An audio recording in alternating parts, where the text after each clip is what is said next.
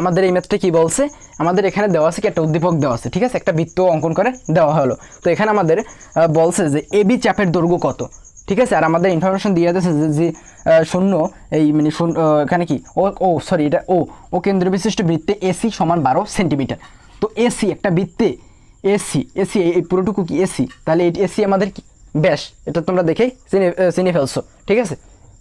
তাহলে আমাদের যখন আমাদের বলছে এবি চাপের দৈর্ঘ্য কত, ঠিক আছে, তো এবি চাপের দৈর্ঘ্য লিখবা এবি চাপের দৈর্ঘ্য, কোন বৃত্তের চাপের দৈর্ঘ্য সূত্র কিন্তু আমরা জানি, ঠিক আছে। চাপের দৈর্ঘ্য সমান সমান কি ভাইয়া, S is equal to pi r theta সমান 100 divided pi r theta divided by 180। তো এখন আমাদের সব এই পাই আর থিটার তো মান জানা লাগবে, তিনোটার কি আমাদের মান জানা লাগবে। তো আমাদের পাইয়ের মান তো আমাদের মুখস্থ 3.1416, ঠিক আছে। তারপর আমাদের আর কি, আর হইলে আমাদের ব্যাসার্ধ। তো আমাদের দেওয়া আছে ব্যাস, আমাদের কি দেওয়া আছে, আমাদের দেওয়া আছে ব্যাস, ঠিক আছে। তাহলে 2r সমান কি, 2r সমান 12 সেন্টিমিটার। তো এখান দিয়ে আমাদের আর নিয়ে আসতে হবে, তো 12 2 দুগুণ কত, তাহলে আমাদের আসে 6 সেন্টিমিটার, ঠিক আছে।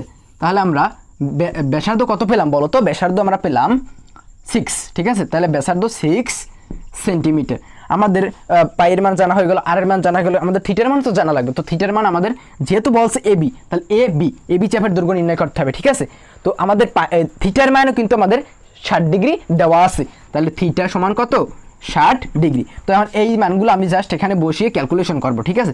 3.1416 গুণ 6 গুণ 60 ডিগ্রি ডিভাইডেড বাই 180। তো এইটা যদি তোমরা ক্যালকুলেশন করো, দেখো আমি একটু তোমাদের ক্যালকুলেশন করে দেখাই। তো এটা যদি তোমরা ক্যালকুলেশন করো তাহলে আমাদের রেজাল্ট আসে কত বলো তো, আমাদের রেজাল্ট আসে 6.28। তো এই আমাদের অ্যান্সার, ঠিক আছে। তো এবি চাপের দৈর্ঘ্য আমাদের নির্ণয় করা হয়ে গেল।